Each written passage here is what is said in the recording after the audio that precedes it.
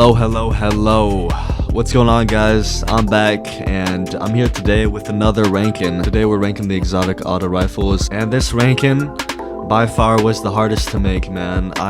These auto rifles are just so close, and man, they were just so hard to rank for me, man. Like, even the number 1 spot was hard to tell. It was just insane. By far the hardest ranking I've done so far, and I managed to finally rank these. So yeah, I finally finished the ranking, and I'm finally ready to show you my ranking of the exotic auto rifles in Destiny 2. So hope you guys enjoy, and I think we should just waste no time and get straight in. But just remember, this is based on just how dominant they are in PvP. Remember, this is no PvE shit. You know, you guys know the drill, but you know, let's just waste no time and get straight in it. Starting the list at number 6, we got the Disappointment, also known as the Monte Carlo. Man, the Monte Carlo just really disappointed me. I love this gun in Destiny 1, and you know, in Destiny 2, it's just not the same. The Monte Carlo is a gun that's all show, no tell. It's a really beautiful gun. It's all white, you know, it's just flexing on people. You know, like, you feel good using this thing, with this thing in your hands, man. You just feel like a god. But when you're actually out there killing people, man, like, people are just like taking their time to die with this thing,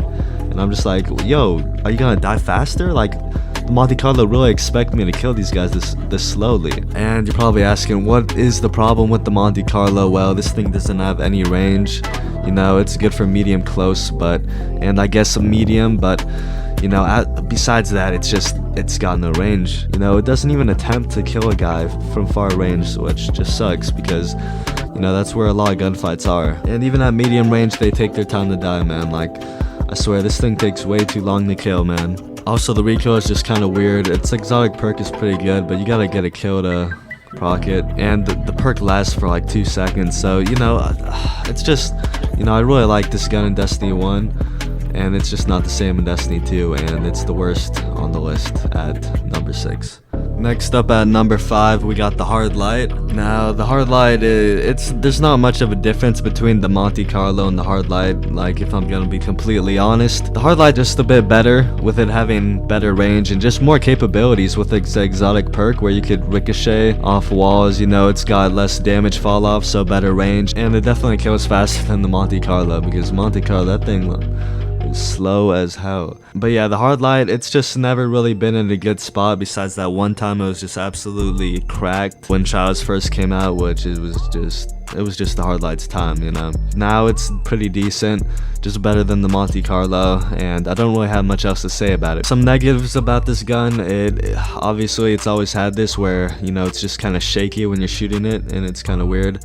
But honestly, that's not that big of a problem. And another thing is, it's an energy, so you can't have silencers with it, so that's also bad. So yeah, that's the Hard Light at our number 5 spot. At number 3, we got the Cerberus, and man, I was so close to putting this gun at the number 2 spot, right behind well, we'll get into it, but right behind number 1, and oh my god, I was so close to doing it. And I played just a few more games with the Cerberus, and you know, it wasn't as good as I really thought it was. Man, this gun's really fun to use. It's like the last word, where you could just use this at like a sniper and just destroy shotgun kids that try to rush you. And you know, it's just dominant at close range. You know, it could do scary amounts of damage at close range. It's insane.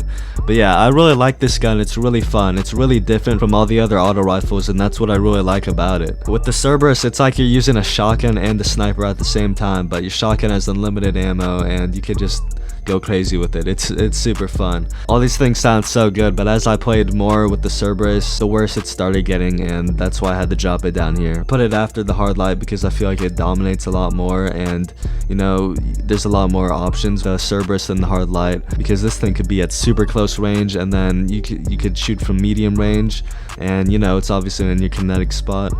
You could use a sniper, you could use the Adored, you could use the Felwinters, you know, it just depends on how you're feeling, you know. But as I played with it, I started doing worse and worse, and I just didn't know what was happening. I didn't know if I was just playing trash, and then I kept playing, and then I started to realize that it's luck-based, and it's just not killing fast enough. I kept dying to shotgun kids, I kept trying to get in their face with the Cerberus, and it was working before, and it just stopped working. So with this gun, you have to play very aggressive, and that's the problem with it. You have to play very aggressive, and you're gonna die to a lot of shotguns, because a shotgun just takes one shot. The Cerberus takes a bit more.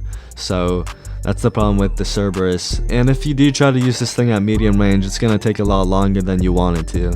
And at close range, sometimes the shots aren't all gonna hit like you want them to, and it's gonna take a lot longer to kill the guy right in front of you. And you don't have that much time because they have a shotgun. You have the Cerberus, so you're kind of racing against that, and it's just a mess.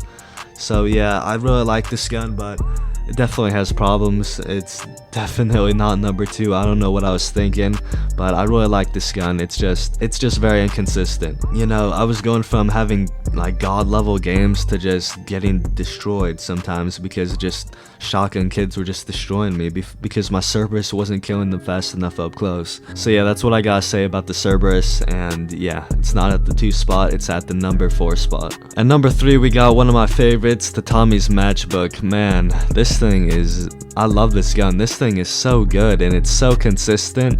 Probably one of the most consistent guns on this list. It's so good. So with the Tommy's Matchbook, I'm gonna start off with some positives. You know, it's got range. It's got a really cool perk, exotic perk, where you start burning and you do more damage, and it's kind of like a laser, and you just got some laser range and laser damage. It's insane.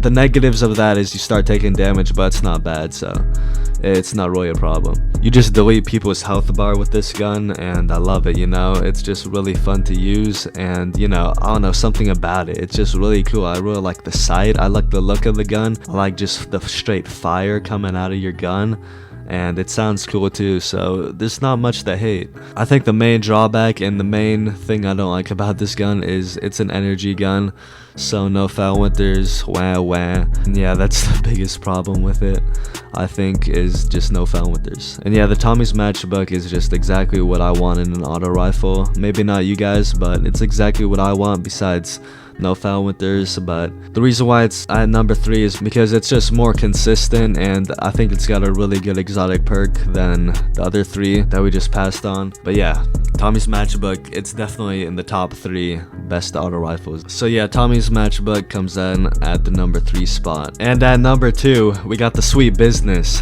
Oh my god, this thing, Jesus, this thing used to be a joke when it first came out. I remember using this thing back in the beta. Just disappointed in what this thing was, but right now I think it's in a really good spot. First of all, with the Sweet Business, man, once you get that thing charged up, there's nothing stopping it. It becomes a monster. It literally becomes better than any machine gun, I'm pretty sure. But once this thing is charged up, it's just insane.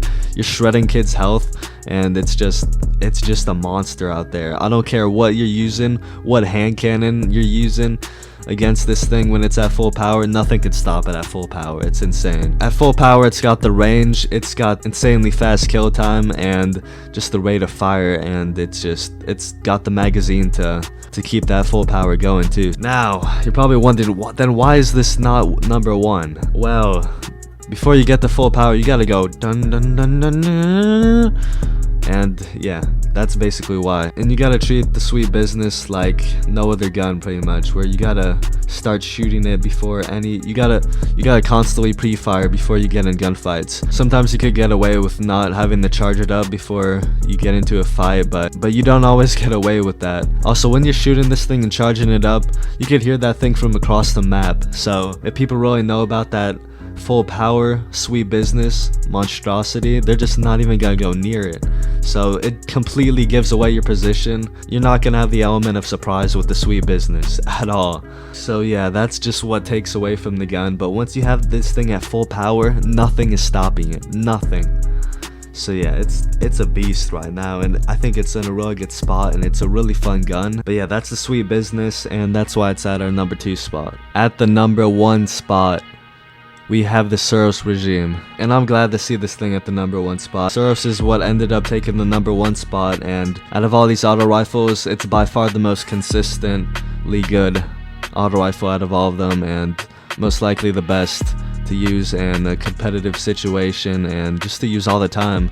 It's got a really good exotic perk where it has the chance to completely regenerate your health after a kill, and also you deal more damage as your magazine gets lower, so it's a really good exotic perk. And Another thing about the Suros is it's got these two really cool perks on the gun where you could change the rate of fire on your Suros, and it's got a lot of options and different playstyles for the player that wants to use the Suros.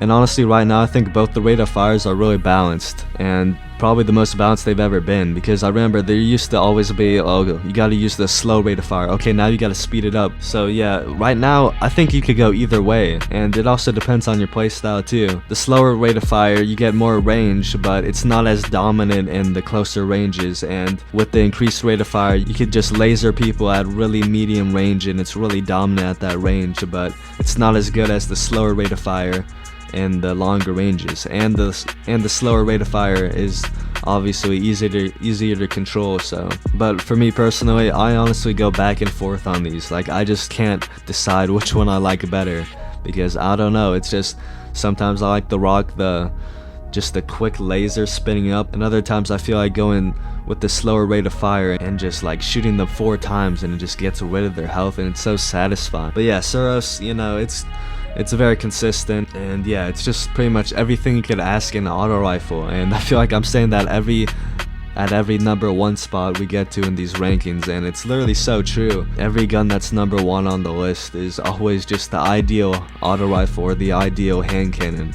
you want. So the Suros, you know, it literally appeals to everyone that likes auto rifles. Like, you can literally change the rate of fire, it's got a really good exotic perk, it's very consistent, it's everything you want. So yeah, that's why the Suros is at our number 1 spot. So yeah, that's the video, guys. I really hope you guys enjoyed. I'm really enjoying doing these rankings, and just you know, I'm just having a fun time. You know, I am running out of video ideas because I'm just right now focusing on rankings and a couple other videos, but I need more ideas. So if you guys could comment down below some ideas, then that would help me a lot, especially if you guys just give me some feedback and all that good stuff. So yeah, shout out to you guys that are doing that, and shout out to you guys watching the video right now. Shout out to you guys liking, subscribing, and sharing. You guys are the best, and I'll see you guys in the next one. Thank you.